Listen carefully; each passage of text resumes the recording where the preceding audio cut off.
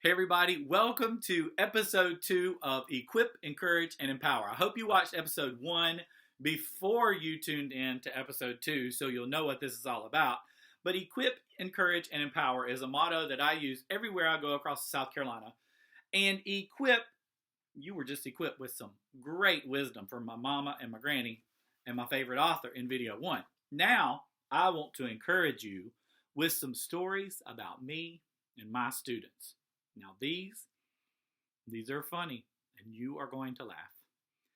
But these are real things that happened to me in my life while I was working with students. And I know those of you out there, you've got some funny stories about the times that you have coached or been at the games at the Special Olympics or maybe at your group meetings or volunteer meetings. I know funny things happen to all of us, but little kids that I used to work with, they say some of the funniest things, and some of the funniest things happen. Are y'all ready to laugh? I know you are. I have been around the Special Olympics family, and you people love to laugh, and that makes me so happy. That's why I'm so excited to be a part of this family. So let me just tell you some stories about some students that I had. One time, I had this little kid named Johnny, and Johnny was a first grader. We had been in school all day. Everything seemed fine with Johnny. He didn't seem like he was bothered by anything. He most certainly didn't seem sick.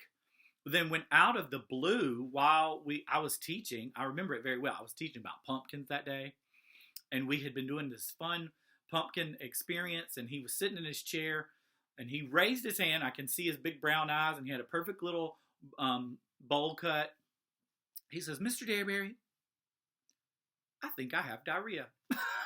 Well, it just caught me off guard because I didn't expect a first grader to be announcing to the whole class that he had diarrhea.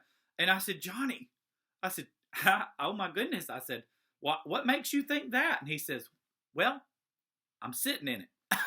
And sure enough, y'all, Johnny, he was sitting in a puddle of diarrhea. It was in his chair. It was on his seat pocket. It had gotten all down his chair. It was in the floor.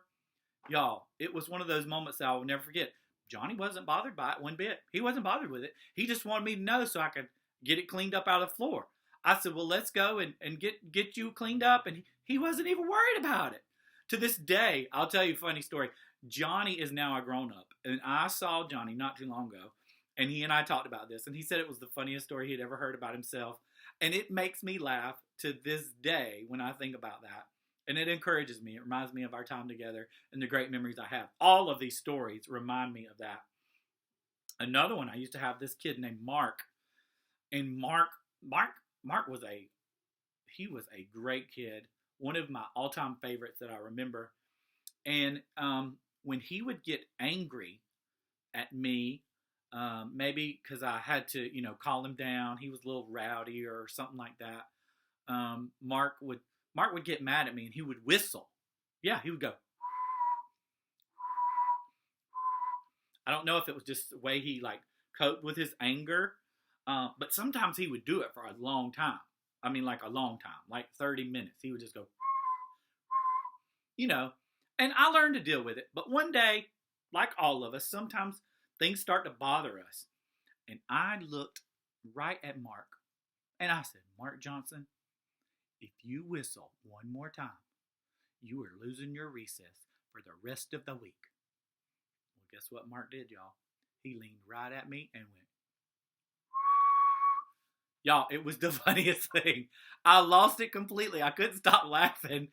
And because I couldn't be mad at him then. He was really doing the right thing, trying to cope with his anger. And, y'all, I laughed so hard. And needless to say, I didn't take his recess for the rest of the week because that wasn't the right thing to do. I was just hoping that he would stop. And then here's the thing. When I started laughing, he started laughing. He didn't whistle again. So I didn't even really have to take it anymore because he quit whistling. And that was the whole point. I miss Mark so bad. I hope he's doing well wherever he is. Guess what? He's a grown up now too. He is. I've been teaching a long time. I didn't realize this until I started telling these funny stories about my students. Another one I had, y'all, this is a little embarrassing, but it happened at the playground where I used to teach. We were out at recess one day, and all of a sudden we heard a commotion. And everybody was saying, Mr. Derryberry, Mr. Derryberry, Jerry is using the bathroom on the side of the building.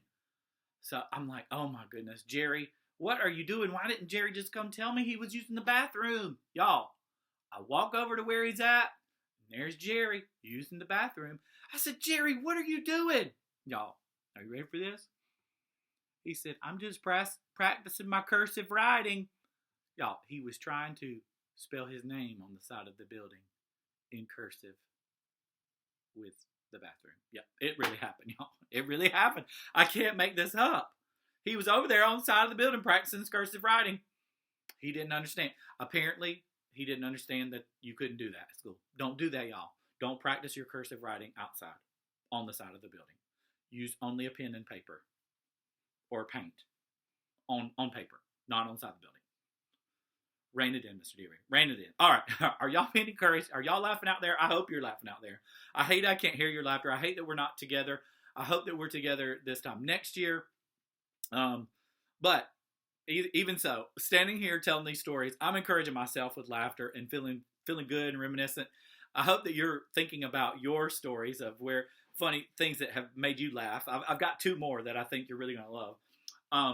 One of them, I had this kid named Jamie, and Jamie, God, he was in my very first year teaching, long time ago, and every year at the end of the school year, this is my first year, I just did it, but every year at the end of the school year, I would ask kids to draw a picture of me in a little journal, so I could have like a sketchbook of what they saw me as, right? Like how they perceived me when they were in first grade.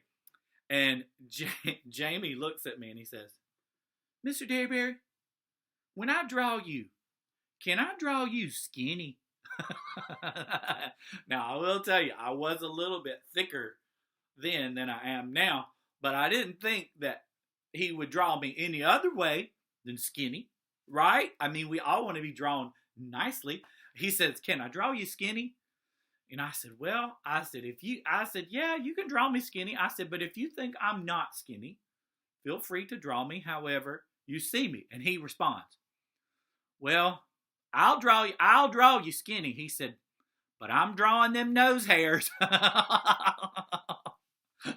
Y'all, I think about Jamie every time I look in the mirror and I see a hair in my nose. I do. I think about him every single time. I'm just trying to be skinny and get the hair out of my nose. That's what I'm trying to do in my life. That's some encouragement. Be skinny and get the hair out of your nose, right? Okay. And the last story, this one is probably one of my top memories of all time when I was teaching. And it happened when I was on the floor with 3 students, 2 boys and a little girl, and we were laying on the floor and we were having like a small reading group. These 3 students needed some extra help with reading, and so we were just laying there on the floor reading. It was right after lunch, and we were killing some time before we went to our art class, and we were just laying there on the floor, and all of a sudden, the little girl, she passed gas. Okay? She didn't mean to. We all do it. We all do it. Just the other day, my niece came home. She's a first grader and said that she passed gas at school and people laughed at her, and she wanted to know why people thought that was funny. She didn't know you supposed to keep that private. Like go to the bathroom if you need to, but sometimes things happen and it slips out, right? It just does. It slips out, right? Cynthia had a moment where it slipped out. It just slipped out. Well, the other 2 students that were on the carpet with me, boys, rambunctious little boys, and they started laughing so hard. And I was trying to ignore that. I was trying to ignore them and keep reading because I'm the teacher. I'm trying to be professional, right? Keep my sense about me. I'm wanting to make sure that, Cynthia doesn't get her feelings hurt. Nobody's laughing at her. The boys are just howling, laughing. And one of the little boys looked at me and says, Mr. Derryberry, I know you heard that. He had a little problem saying it's ours, That's why Mr. Derryberry was a fun name for him to say because it came out Mr. Derryberry, He said, Mr. Derryberry, I know you heard that. I said, what are you talking about? I don't know what you're talking about. I didn't hear anything. He said, Mr. Daleberry, Cynthia farted. When he said that, needless to say, I started laughing. So I'm laughing. The little boys are laughing. Cynthia's laughing. The rest of the class starts laughing. We got to laughing so hard, the principal came to our room. She wanted to know what we were laughing about. Y'all, I couldn't tell her what we were laughing about. I said, oh, nothing. We're just having a good time learning in here. I couldn't tell the principal that. I was so embarrassed. Y'all, I'm still laughing. That was almost 20 years ago, and I'm still laughing. I am encouraged when I tell stories of my students, and I know you are too. I would love to hear some stories about your students. If you're watching this out there, find me on Twitter and tweet me a story. You can email me a story, mrdairy@gmail.com. I want to be encouraged with you. I want to hear your stories, so share those with me. I hope you now feel equipped and encouraged. Tune in to episode 3 to learn about how to empower yourself.